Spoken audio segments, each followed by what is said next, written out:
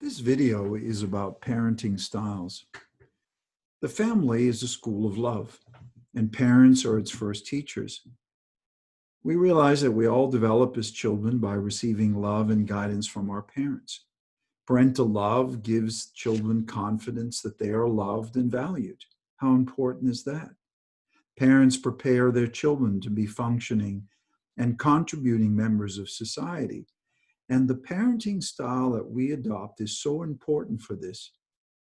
And finally, family relationships characterized by a positive family climate and open and empathetic parent-child communication actually acts as a protective factor for the child throughout their lives.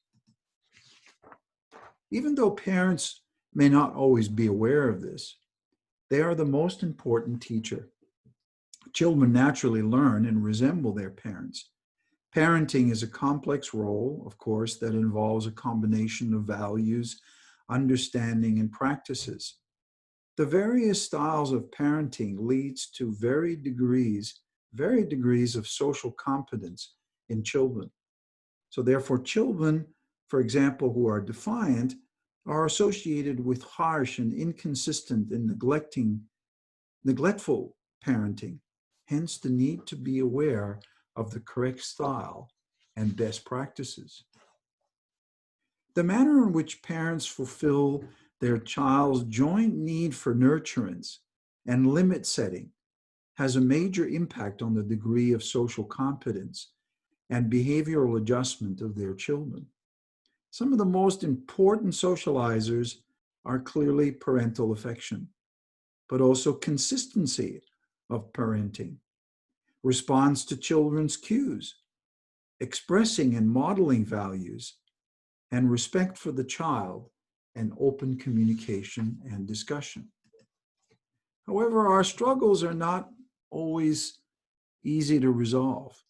Some of the reason parents struggle to raise children include a lack of support, stress, substance abuse in the lives of parents, unrealistic expectations placed on the child, and not knowing how to help children behave in a positive way. And finally, parental doubt. Parental doubt in their ability to meet their child's needs and poor childhood experiences of the parents themselves are critical factors. The four parenting styles are authoritative, indulgent, authoritarian, and neglectful. I will focus on the authoritative style as this is really the preferred style. The indulgent parenting style is characterized by low demands on the children and high response. So you respond well. These parents are warm and accepting, but exercise little authority, make few behavioral demands, and allow considerable self-regulation by the child or adolescent. This reminds me of teachers who want to be friends with their students. This doesn't work for teachers, and it doesn't work for parents, because adults will often sacrifice their standards, their values, and respect to get it. As teachers, I know that students may not like me when I discipline them, but in the long run, it is better for them. And with time, they do come to respect this. However, after disciplining the students, I'll tell you this. I always show them that I believe in them, reinforcing their good qualities. Adults need to reward the attitudes and behavior that underpin their success in the world. Authoritarian parenting style is characterized by strict, inflexible behavior, highly demanding, and emotionally unresponsive, and very cold in that way. The emphasis is on obedience, respect for authority, and with an expectation that the rules are to be followed without question or explanation. The neglectful parenting style is neither demanding nor responsive. These parents do not monitor their children's behavior nor support their interests, and they are often disengaged from parental responsibilities. And the neglected adolescents are the most disadvantaged with respect to social competence, academic achievement, and psychological adjustment. This leads us to the authoritative parenting style, which basically maintains a balance between a high level of demand and supervision and responsiveness and warmth. There's the balance. These parents consistently monitor their children's behavior, but are also warm and supportive of what they do. Research has generally found that adolescents raised under this child scored higher on measures of psychological competence. That means they got along better with others and they were more stable, and also school achievements, and lower on measures of internal distress, as stress. Of course, young people have a lot these days, and problem behaviors. Authoritative parents help their children balance the need for autonomous and active thinking with other-oriented, rule-following tendencies. So parental warmth and responsiveness refers to the degree in which parents promote individuality, self-regulation, and self-assertion by being aware and supportive and understanding of the children's unique needs and their demands. Parents who are responsive to children's signals and need had a warm and loving relationship with their children. Parental control, or demandedness, if you want, refers to the standards of parents put in place for their children to become integrated into the family. Think about it. First, this develops the mindset in the child that the welfare of others in the family needs to be considered.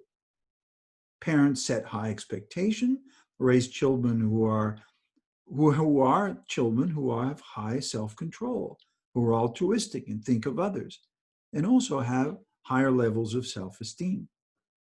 Parents who used induction and praising or disciplining with explanation, with a focus on the consequences of the child's behaviors on others, raised children who were had relatively more mature empathy, conscious altruism, and better moral reasoning. Second, parents need to supervise, discipline, and be willing to address disobedience. As teachers, we sometimes ask ourselves if a child was ever told no by a parent. Children cannot be left on their own devices to bloom into perfection. It is the responsibility of the parents to guide children. Children are damaged, actually, when those charged in their care are afraid of any conflict or upset and leave them to their own devices without guidance. It is not an act of responsibility to do that. It is in fact an act of responsibility and love to guide and discipline a child. We must remember that the common developmental characteristic of childhood and adolescence is egocentrism. They're centered on themselves. Their brains haven't developed. However, this changes with maturity. When I interviewed students about their behaviors on Facebook, these were 14, 15-year-olds, one student provided an example of the importance of parental expectations and influence. She said, "I have a rule. If my mom would see it and be like, 'Oh my God, it's terrible,' I wouldn't post it on Facebook." Parents modeling the right values and behavior is also critical. Some teachers say, "Well, I'm here to teach content, not to raise children and to teach them values." Well, too late. Students are watching teachers' every move and they're learning. Parents who modeled self-control and altruism had children with higher levels of self-control and altruism. Another critical factor is to treat them with courtesy and respect, so that the child comes to expect and perceive these qualities as normal in a relationship.